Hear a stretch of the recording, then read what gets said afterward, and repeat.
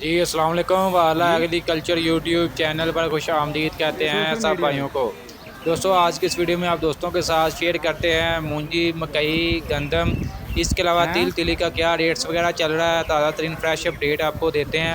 Video में मज़ीद आगे बढ़ने से पहले आप दोस्तों से गुजारिश है कि जो भाई चैनल पर न्यू है चैनल को सब्सक्राइब कर लें ताकि अब तक हमारी वीडियोस के तमाम नोटिफिकेशन आते रहें। सबसे पहले बात करते हैं मूंजी की। मूंजी का नया स्टॉक आ रहा है, मूंजी का सीज़न है और नया स्टॉक आ रहा है। धान 86 जो है वो तकरीबन जो है 1509 का मुकाबला कर रही है। पिछले साल जो सबसे कम रेट पर सेल पर बिकने वाली जो है वो तकरीबन जो है आज फ़िलहाल जो उसका रेट चल रहा है 3800 रुपये तक हाईएस्ट रेट चल रहा है। क्या वजह है? बाहर के ममालिक में जो है पाकिस्तानी चावल की काफ़ी ज़्यादा मांग की जा रही है, काफ़ी ज़्यादा पसंद किया जा रहा है। इसी वजह से मूंजी की तकरीबन तमाम वैरायटी जो है काफ़ी ज़्यादा जो है इसका रेट्स बेहतर है और हमारे ज़मींदार काफ़ी ज़्यादा खुश दिखाई दे रहे हैं।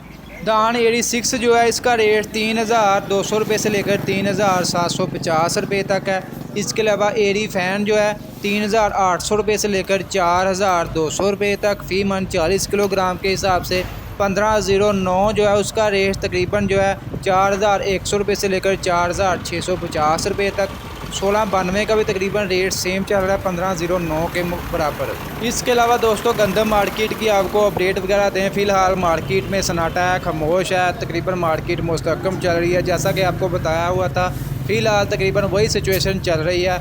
फ़िलहाल आने वाले दिनों में तकरीबन यही मार्केट की सिचुएशन रहने के काफ़ी ज़्यादा इम्कानात हैं। सरसों मार्केट भी तकरीबन जो है काफ़ी ज़्यादा डाउन होने के बाद तकरीबन मार्केट मुस्तकम है। 6800 से 7200 रुपये तक रेट चल रहा है।